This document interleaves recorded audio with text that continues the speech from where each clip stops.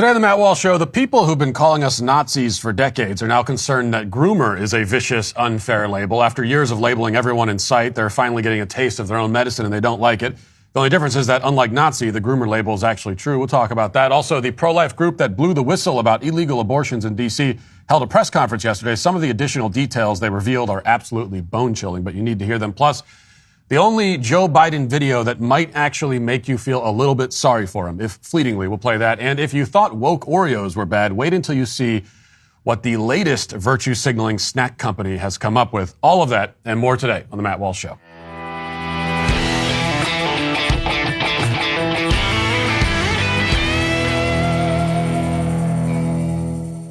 I first learned that I was a Nazi many years ago. I don't remember what the opinion was exactly, but I expressed some kind of opinion about something, and I was promptly informed that only Nazis think that way or say those sorts of things. Of course, the confusing part was that my opinion had nothing at all to do with Nazism or anything associated with Nazism. Nonetheless, I was a Nazi, and like so many others, I have relearned this lesson every day since. These days, I'm called a Nazi dozens of times every hour of every day. I'm a Nazi for criticizing Joe Biden. I'm a Nazi for opposing critical race theory. I'm a Nazi for believing that men can't have babies. I'm a Nazi for not wanting preschool teachers to talk to 4-year-olds about their sexuality. I'm a Nazi for saying that fat people should consider dieting. I'm a Nazi for preferring vanilla ice cream over chocolate, etc., and so forth, on and on forever. And I'm not just a Nazi. Again, as so many of you have learned about yourselves, I'm also every ist and phobe in the book. I'm a sexist, a transphobe, a homophobe, a fatphobe, a misogynist, an ableist, a fascist, a white supremacist, and so on. Every week I learn that I'm guilty of new moral crimes that I didn't even know existed before. Last week I was a misogynoir, which apparently is a racist misogyny, racist misogyny against black women is misogynoir. And I'm guilty of that too, it turns out. My supervillain resume continues to grow. I am indeed the worst Nazi, white supremacist, fatphobe, ableist, anti-gay, fascist, transphobic, misogynoirist, misogynist, homophobe the world has ever seen. Along with all the other Nazi, white supremacist, fatphobe, ableist, anti-gay, fascist, transphobic, misogynoirist, misogynist, homophobes. There are a lot of us out there. Half the country, if not more. At least that's what we have been told. That's how we've been labeled. We've been labeled this way relentlessly, nonstop, in response to literally every view we hold, everything we say, every argument we make, and every opinion we express. So, you must forgive me if I am not very sympathetic to the leftists who are now complaining about being labeled groomers. These are the very people who have hung every smear, slur, and label under the sun around my neck and yours for decades. They've literally accused us of being secret agents of the Third Reich, and now they insist that we should be more careful with the labels that we use. Your accusations are unfair and hurtful, you damn Nazi Klansmen, they say, as they wipe tears away. So you'll excuse me if I struggle to take their emotions seriously. And yet, this is the response they're going with. Over the last several days, in response especially to conservative criticism of Kentaji Jackson's lenience towards pedophiles and our push for parental rights in Florida and elsewhere, the media have declared that grooming accusations are unfair, despicable, shameful, the kinds of things that only Nazis say. The Washington Post has an article headlined, "The New Red Scare, the Right Leans into Pedophilia Accusations." And then Vice declares, conservatives are smearing don't say gay opponents as pedophile groomers. The Week wonders, why are Republicans so concerned about grooming? Because it's bad. I think probably I can just answer it that way. New York Magazine has a long piece explaining, quote, why Republicans are smearing everyone as pedophiles now.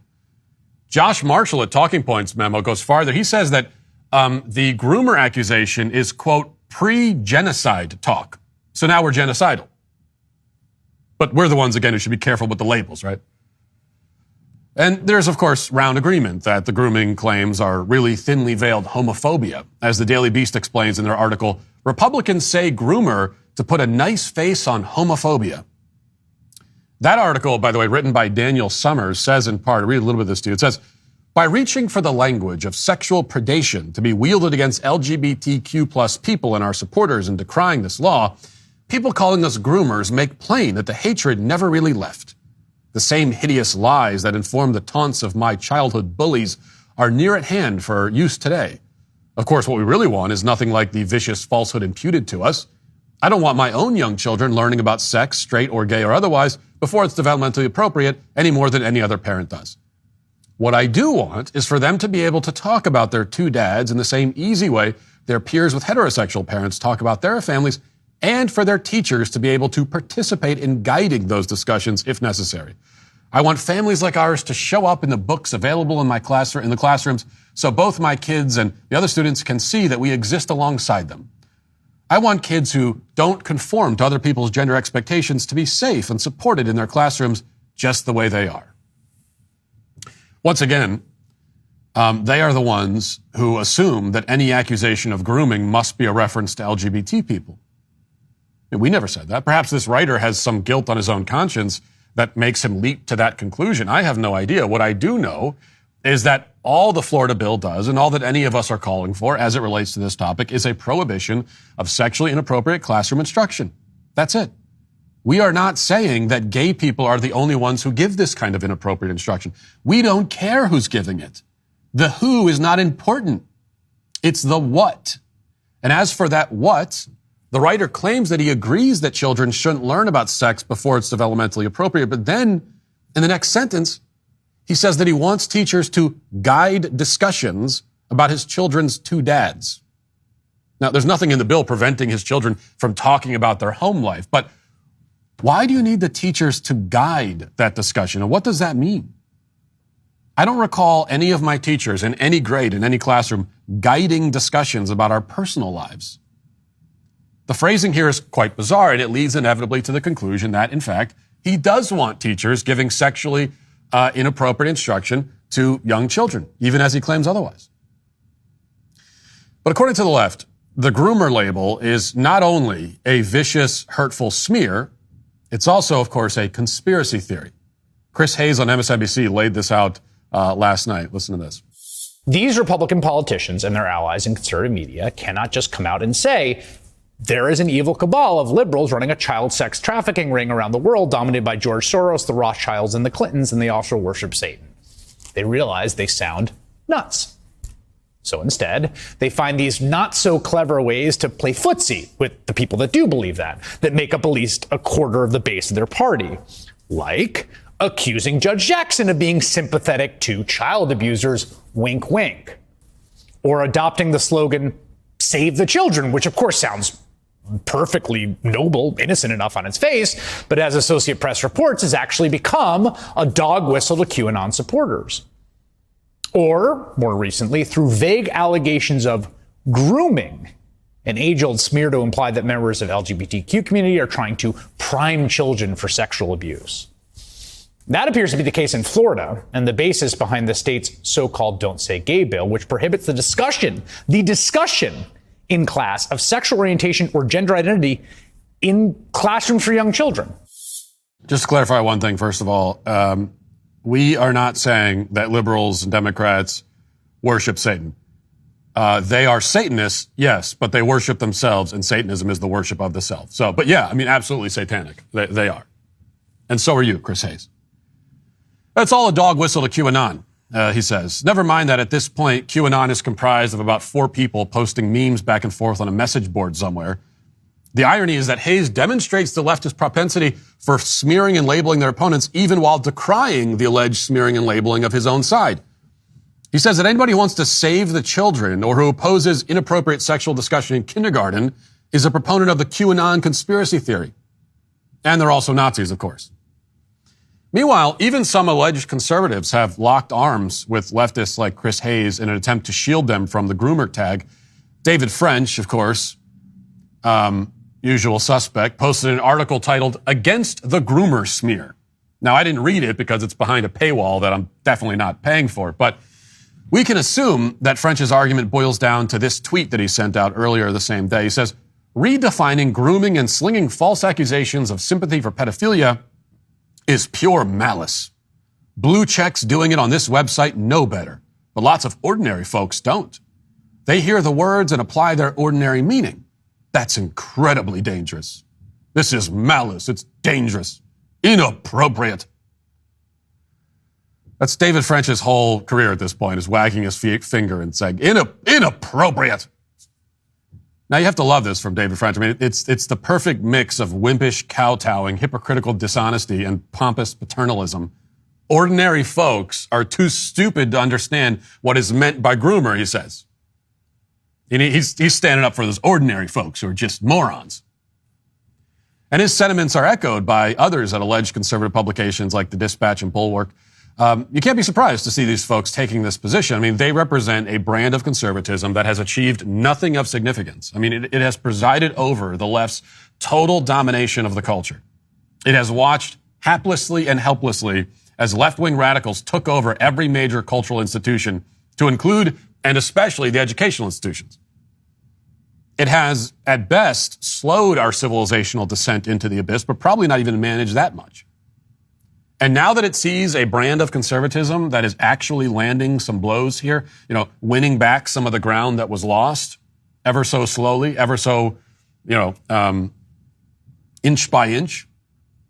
Now that it sees this brand of conservative achieving what it could never achieve, the proponents of this ineffectual, effeminate brand of conservatism, perhaps out of envy or simply weakness or some combination, they run to the left, becoming outright defenders of what they had previously spent decades pretending to oppose. They hate the groomer label, especially because it works. And these faux conservatives hate nothing so much as what actually works. And that's what we have to understand about groomer, the label. First of all, even if the label was unfair, the people complaining about its unfairness have no room to complain. Their tears mean nothing.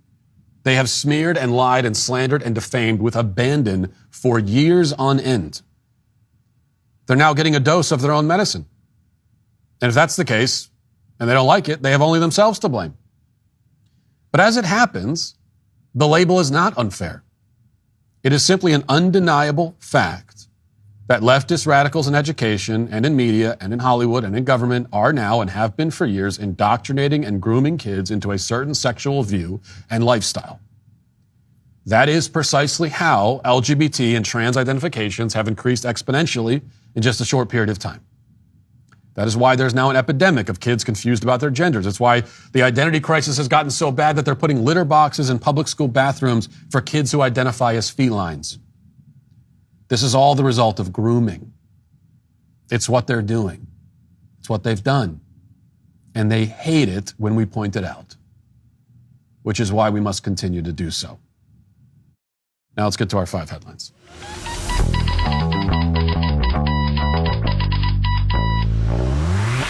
Okay, we'll start back with this. I want to call it a disturbing story, but disturbing doesn't even begin to cover it. But it is a story that should be covered and is not being covered by especially the mainstream outlets. So this is from the Daily Wire.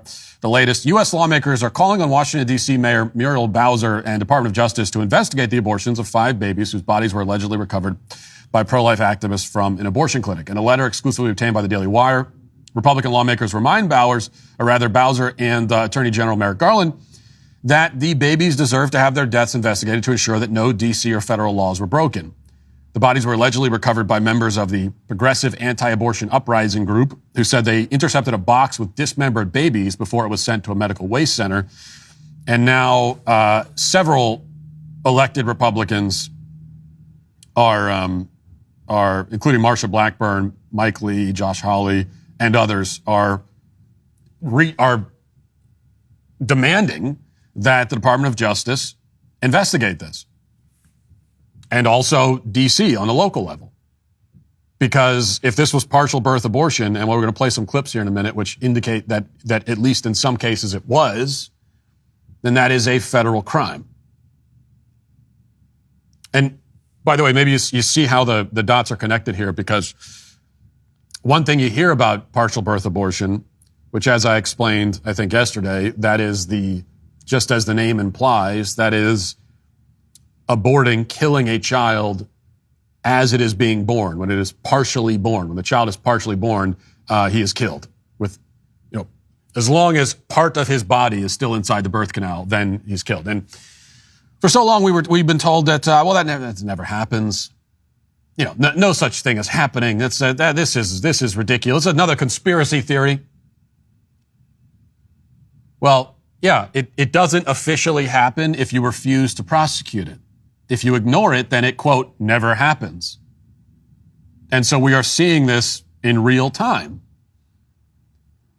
This almost certainly, at least some of these babies were they were all the victim of murder. Let's be clear about that. But almost some of them were almost certainly the victim of partial birth abortion, if not post-birth abortion, infanticide.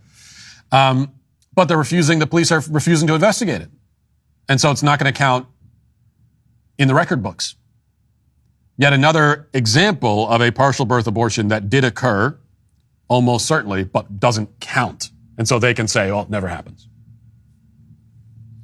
And given the extraordinary lengths that this pro-life group had to go through in order just to reveal that this happened, I mean, they had to obtain the bodies themselves, put themselves in legal jeopardy in order to do it, and then post pictures of those bodies.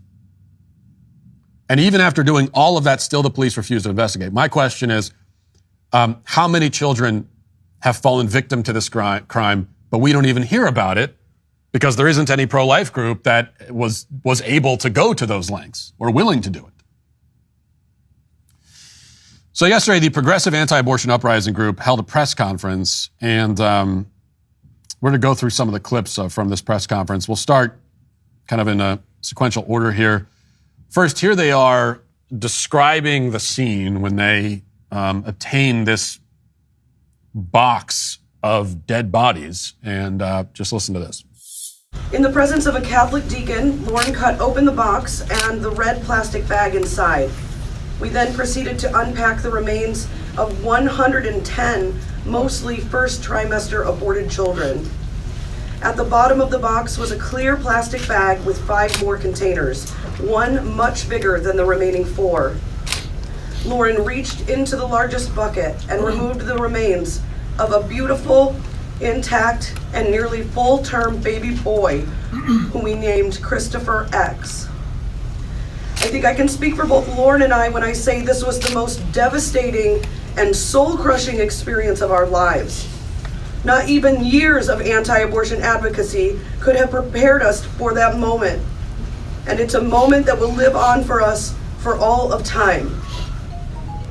We continued to open the larger containers and discovered 4 more babies with a range of injuries, including fully intact girl we named Harriet, who had one eye open, an incision in the back of her neck, her brain suctioned out, and her skull crushed. 2 other late-term babies named Angel and Holly were severely dismembered, and the final baby, Phoenix, was whole and still inside the amniotic sac. You know, we hear so much about people suffering trauma because of mean tweets or whatever. We heard about the female journalist, Taylor Lorenz, get some mean tweets, people criticizing the shoddy work that she does, and she's traumatized for that. She can barely sleep at night. Well, no, this is what actual trauma is. I mean, this is traumatic. If you can imagine, I don't even want to imagine, these women who are heroes, by the way, this is also what her heroism looks like, going through this box of dead children. I mean, literally a box of dead children. And one of those children had her brain sucked out of her skull, because this is something that we're doing in America. Cutting holes in baby skulls and sucking the brains out is a thing that's happening in the United States of America right now, currently. And you may not have noticed, because all the most powerful institutions in our culture don't want you to notice. And they go through considered effort to make sure that you don't find out about it. Again, this is what these people had to do just so that some of us hear about this. And even this is not enough, apparently, to ensure that any justice is actually done.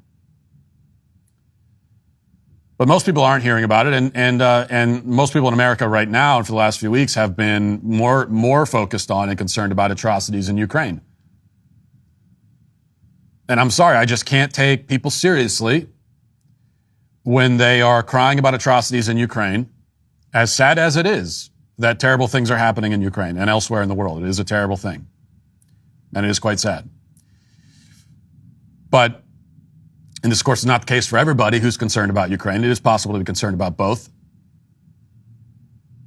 But I have noticed that quite a lot of people really concerned about Ukraine and the fact that babies in this country, in a major American city, in fact, in a city where the White House is, at a clinic a few miles down from the White House, babies are having their brains sucked out of their skulls.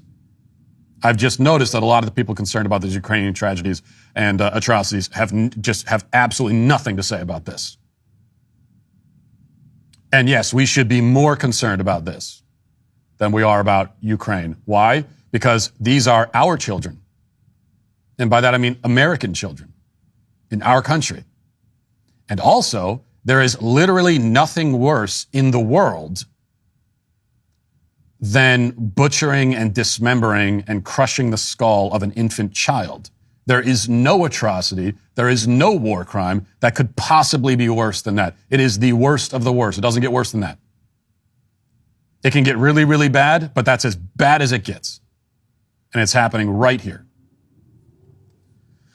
Now, later on in the press conference, they explain why they think that this is evidence not just of abortion, which is a moral crime in its own right, but why they think this is evidence of illegal abortions. Let's listen. Live Action captured undercover footage of abortionist Cesare Santangelo, the sole abortionist on staff for decades at Washington Surgery, admitting that he does not use feticide. Because of this admission and the advanced gestational ages of these babies and their intact condition, the likelihood that some were born alive is undeniable. Additionally, the injuries sustained by Harriet strongly imply she was the victim of a partial birth abortion. So you have, according to medical experts and according to just any rational person who can see the evidence with their own eyes, there is very good reason to suspect that a federal crime was committed against these children. And the police, again, we cannot emphasize enough, refuse to investigate. They won't even take the time or go through the trouble of doing an autopsy to figure out how exactly these children died. They looked at a box full of dead babies and just said right away, oh yeah, nothing bad happened there. And dead children that were given to them not by an abortion clinic, but by a woman had the bodies in her townhouse. Isn't that reason enough to investigate further? Are you not wondering a little bit about that? Continuing along, they talk about their attempts to alert authorities and how difficult that was, and also the striking lack of urgency on the part of the authorities. Let's listen. On March 29th, Lauren and I coordinated with attorneys to alert the DC Homicide Unit of the location of the 5 larger babies and request an investigation into their deaths. Arrangements were made for the babies to be picked up that evening, but police didn't arrive until the afternoon of the 30th, just hours after Lauren was taken into custody by the FBI in connection with a rescue 2 years prior. Today, I stand in solidarity with Lauren and the 8 other defendants who are facing harsh incarceration penalties under the FACE Act for simply protecting the victims of violent oppression at Santangelo's clinic. And while these heroes are being unjustly prosecuted, Santangelo continues to kill babies and exploit their parents for profit, as he has done for decades. This must end. We are demanding that the DC police conduct a full investigation into the deaths of these babies, including thorough autopsies. We demand that the U.S. Department of Justice prosecute Santangelo for violations of the Born Alive Infant Protection Act and the Partial Birth Abortion Act. And we're demanding it now. Oh, no urgency, right? No reason to rush. I mean, the police were told about dead bodies that this woman, Lauren Handy, had obtained, and they don't even show up the same day.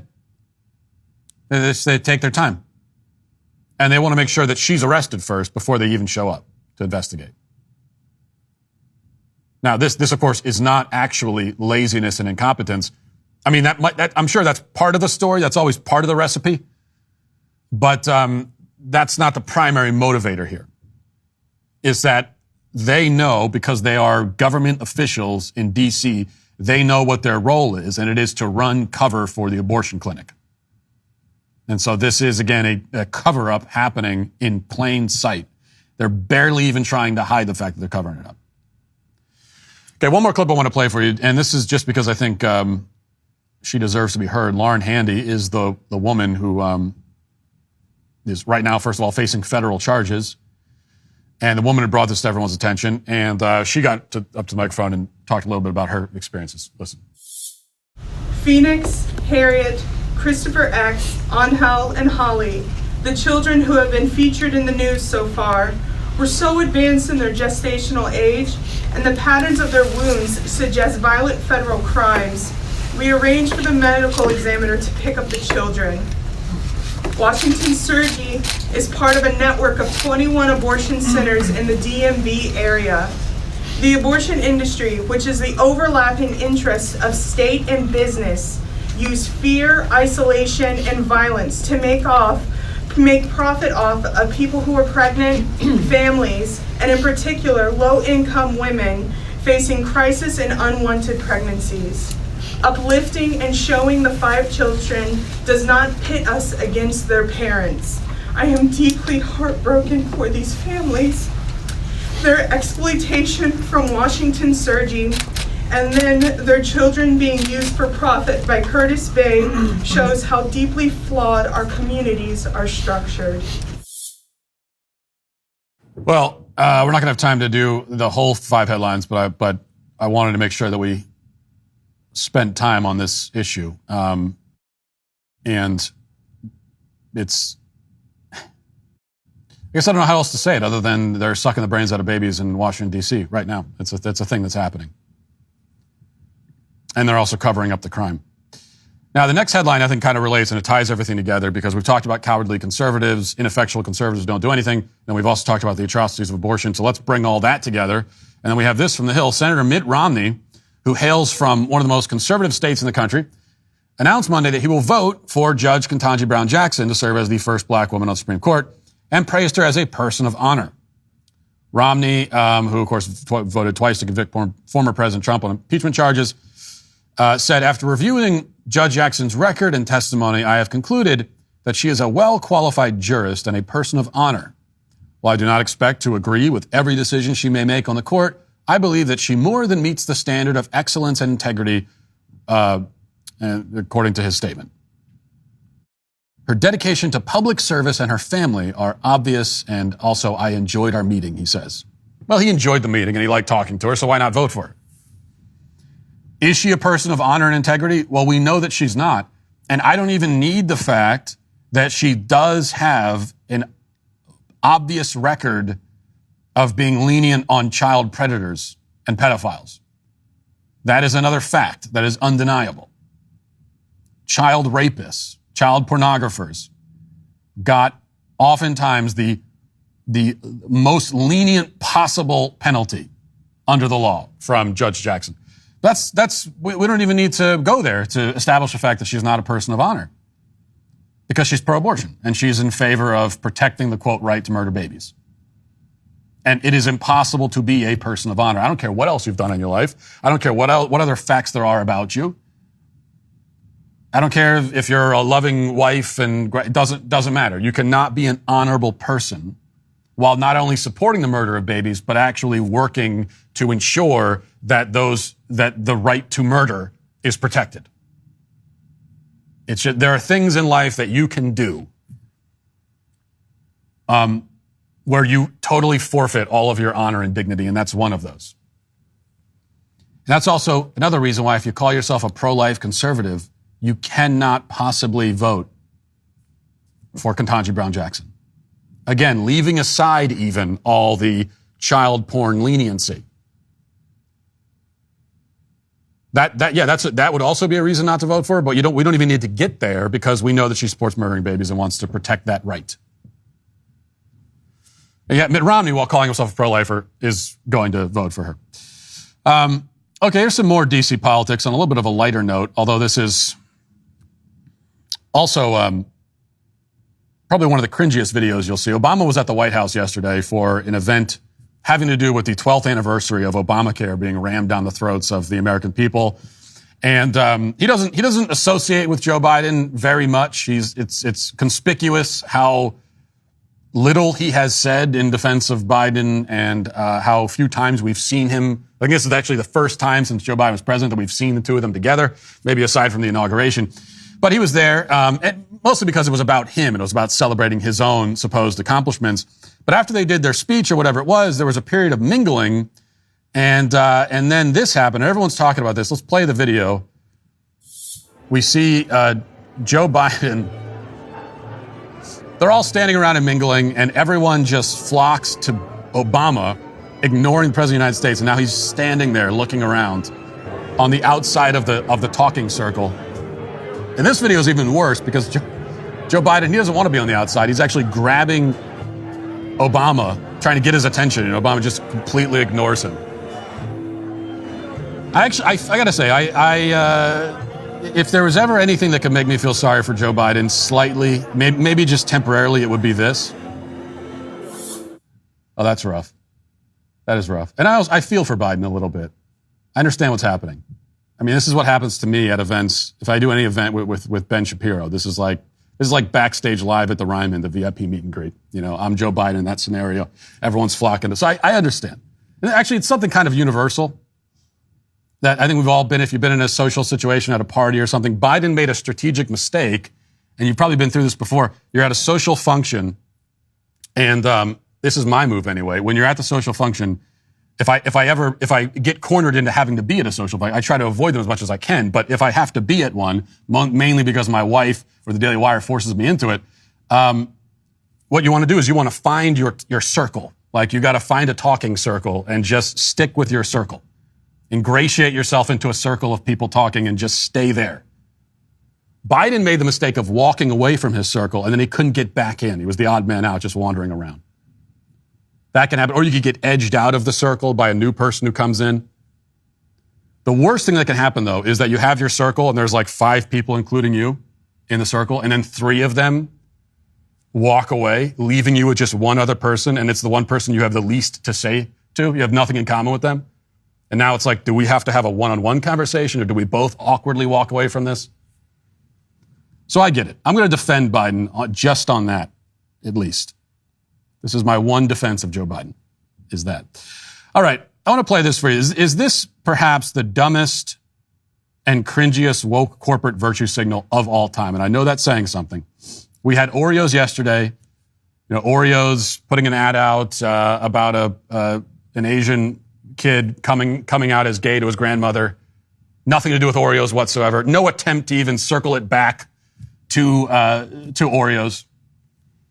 Well, now another snack food has gotten in on the action. This is from the Daily Wire. It says the makers of Cracker Jack, of course, the caramel popcorn snack, popular at baseball stadiums, and prominently featured in the classic baseball anthem, Take Me Out to the Ball Game, is receiving a woke repackaging, including a rewriting of the song with a gender equality message. So they have rebranded themselves as not Cracker Jack, but Cracker Jill. And they wrote on their website, sometimes all it takes to believe you can do something is to see someone who looks like you do it first. It's in this spirit that Cracker Jack proudly introduces Cracker Jill, a team of new faces showing girls that they're represented even in our most iconic snacks. I understand the need for this. Okay, I'll never forget the first time I was in the snack aisle with my daughter, and she saw the Cracker Jack box, and she just broke down in tears. She saw Cracker Jack, and she said to me, "Daddy, does this mean that I can't pursue my own dreams?" And I said to her, "Yeah, it does. That's exactly what it means." But now that they've rebranded to Cracker Jill, I can go home and I can tell the news to my daughter. That, you see, they rebranded to Cracker Jill so you can do anything that you want in your life. Don't all women look to snack companies for their inspiration and motivation in life? Well, this is about to get really inspiring because, as mentioned, they rebranded the song to Take Me Out to the Ball Game to give a little bit of a feminist bent. And let's listen to that. Take me out to the ball game. Take me out to the crowd. Buy me some peanuts and cracker Jill.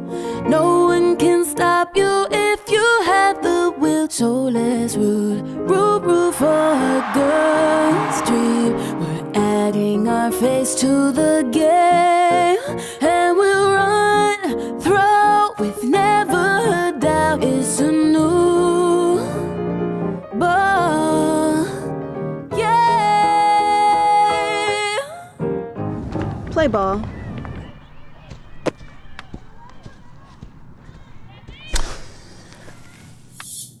That's a tough one. That's a tough one. That's even harder to get through than the Joe Biden video. crackerjill.com. You can go.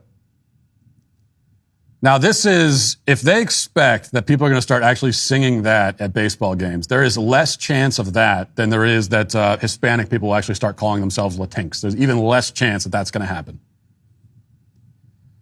And I don't need to say it, I know, but I have to, because this is all about defending women's sports, they say, or it's about encouraging women. Well, what is that exactly?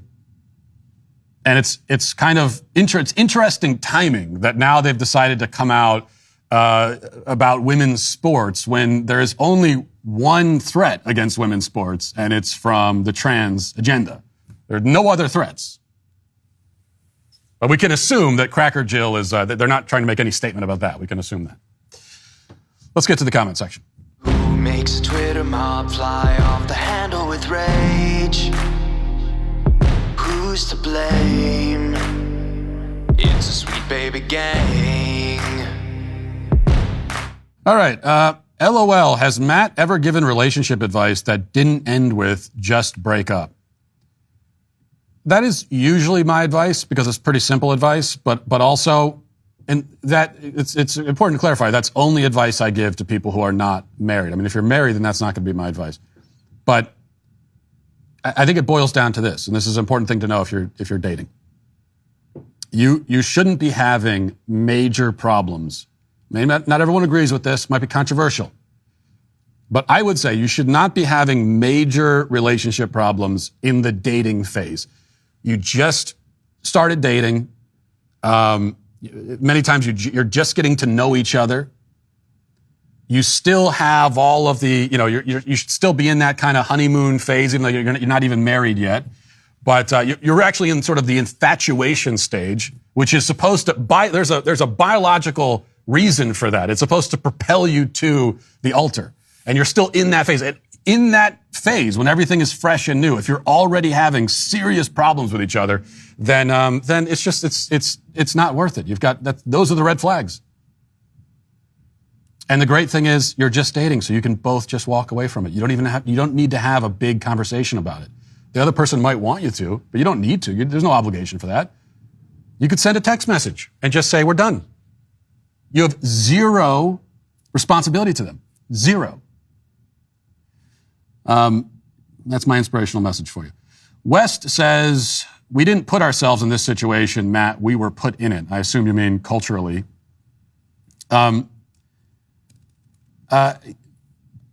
know we like to tell ourselves that, but the fact is that, look, we're all a part of the culture. We're all a part of this country. And so, yeah, we can blame the institutions, the powerful institutions who brought us to this point, and they deserve a lot of the blame. But my question is, where were conservatives for years and years when the education institution was being invaded and taken over by radicals? Where were they on this? I know in the last couple of years, we're very clued into this problem and actually doing something about it. But why not 20 years ago? So no, we might want to console ourselves by saying that this was all foisted upon us and we're victims of it. But the fact is we, at least, when I say we, I mean generally, we're cooperators in our silence.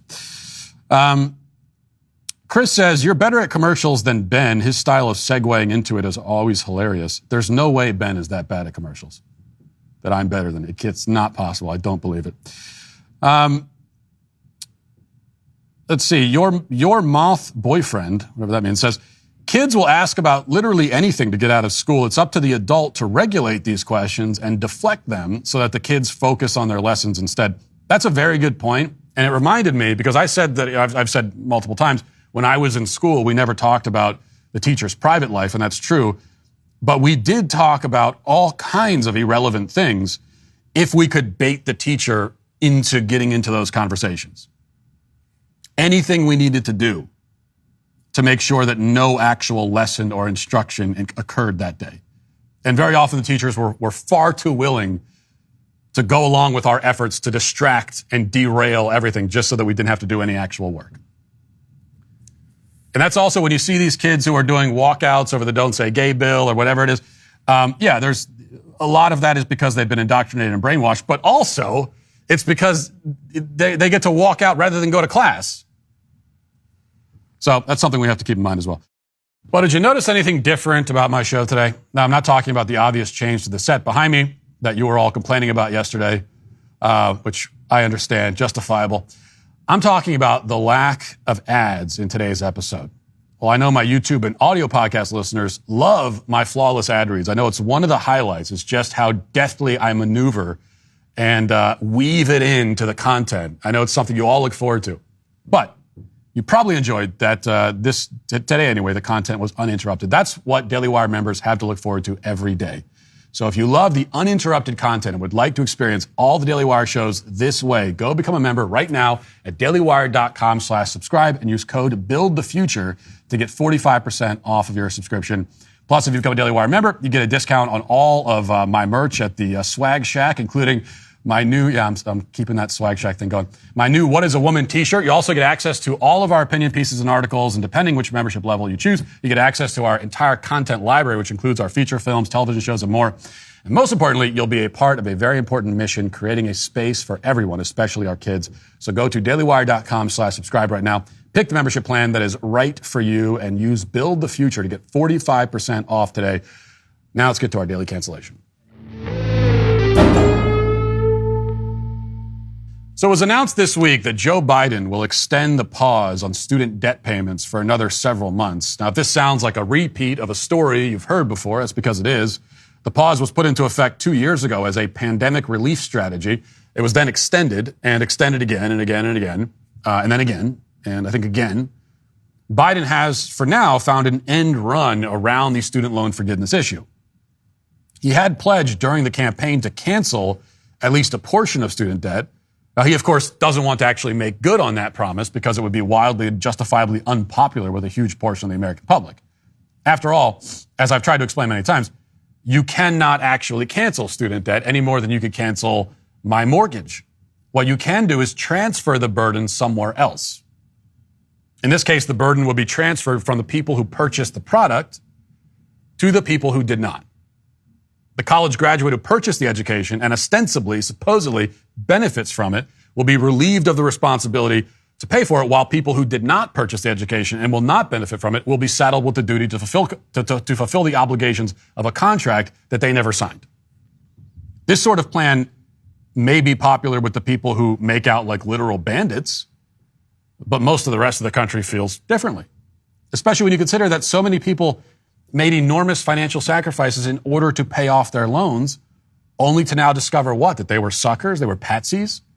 They could have just refused to pay and benefited from the government's magic wand abracadabra act, making it all disappear. Will they get a refund? Probably not.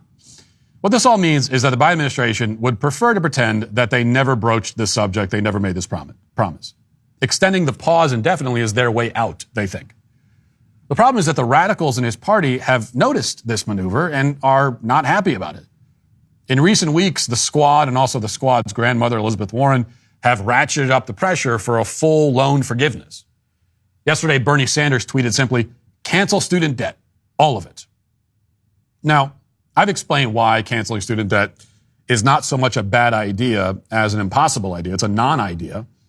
The real idea, transferring the debt to a third party, is the bad idea.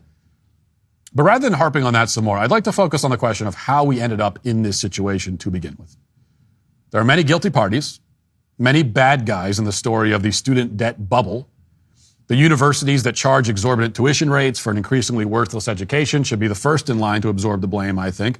But it's a long line. The government, public school systems are in this line, as are, frankly, the parents who often demand that their kids go to college, pressure which is born, I think, as much from their own vanity as it is from their concern for their child's future. So we can thank all these people for $1.5 trillion in student debt.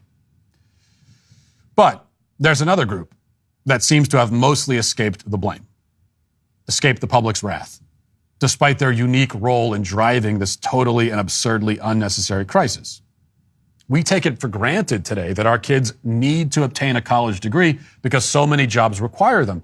But that need is, in the vast majority of cases, artificial.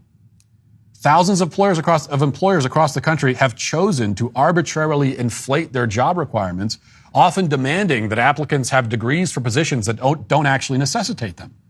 And it's only getting worse. Positions that didn't require any degree 20 years ago now require a bachelor's, and positions that required just a bachelor's 20 years ago now require a master's. Soon you'll need a master's to flip hamburgers. If you want to become a landscaper, you'll need a PhD in ecology or something. Obviously, some jobs really do require additional formal schooling. Nobody's suggesting that a guy with a high school diploma should be hired off the street to perform brain surgery, or design bridges, or defend the accused in criminal court. But most jobs outside of science and medicine and law have to be learned by doing. It's not as though companies save money on training, by limiting themselves to college graduates. They still have to train the college graduates, which is no surprise because most college graduates have little to no work experience. They've never done anything. Now, it might be argued that employers look for the degree because even if it's in dance theory or comparative religion, or if it's in my field of women's studies, they'll say that it at least proves that the applicant is competent and hardworking. But it proves no such thing. I mean, have you seen a college student recently? I see no reason to conclude that college grads are any smarter, any more competent, any harder working than non-college grads. Look at footage from spring break. So these people are the ones that you're saying are so much more competent and harder working than everybody else. And by the way, speaking of spring break, a lot of those kids, they're using their student loans to go on spring break. And then they're going to get out of school and whine and say that we need to pay for those loans, which they squandered. Sorry, no. No, in fact, I would wager that the scales kind of tip the other way. A 23-year-old who's been working and supporting himself since 18 has already demonstrated at a minimum that he has the basic skills necessary to be a functioning adult in society. He's probably also demonstrated that he's coachable, he's trainable, because he's been trained in jobs before. But a 23-year-old who's been sitting in classrooms all that time has not demonstrated that or anything else. All the college degree proves in and of itself is that either he had the money to pay for a degree or he was willing to take on the debt. Why should that fact alone mean that his resume goes to the top of the stack? Well, we all know the truth. Employers demand high-priced degrees for entry-level positions that a moderately intelligent monkey could learn in less than a week, simply out of laziness. The degree requirement is a way to cull the herd of applicants, making it easier and quicker to sift through all of it. If qualified applicants are tossed aside, that's a sacrifice the employer is willing to make for the sake of streamlining the process. But if it wasn't for the arbitrary demands of these lazy HR departments, kids out of high school may not feel the need to take on crushing debt just to obtain a piece of paper that may only ever function as a calling card that prevents their resumes from being automatically thrown in the trash.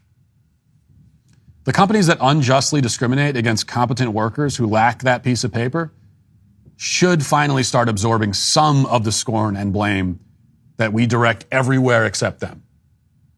Yes, they have every right to come up with whatever unnecessary and expensive and frivolous job requirement they want, but they deserve to be shamed for it and named for it. Much of the current crisis is, after all, their fault. And it's why they today are the ones who are canceled. And we'll leave it there for today. Thanks for watching. Thanks for listening. Have a great day. Godspeed.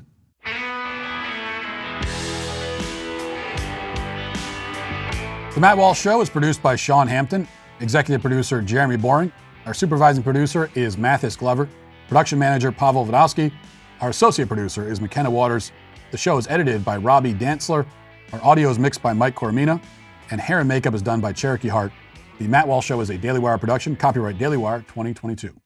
The science promoting puberty blockers for kids turns out to be funded by the pharmaceutical companies that make the puberty blockers for kids. The libs are trying to bring COVID back, and Yale calls yours truly a threat to democracy ahead of my speech there with Senator Cruz next week. Check it out on The Michael Knowles Show.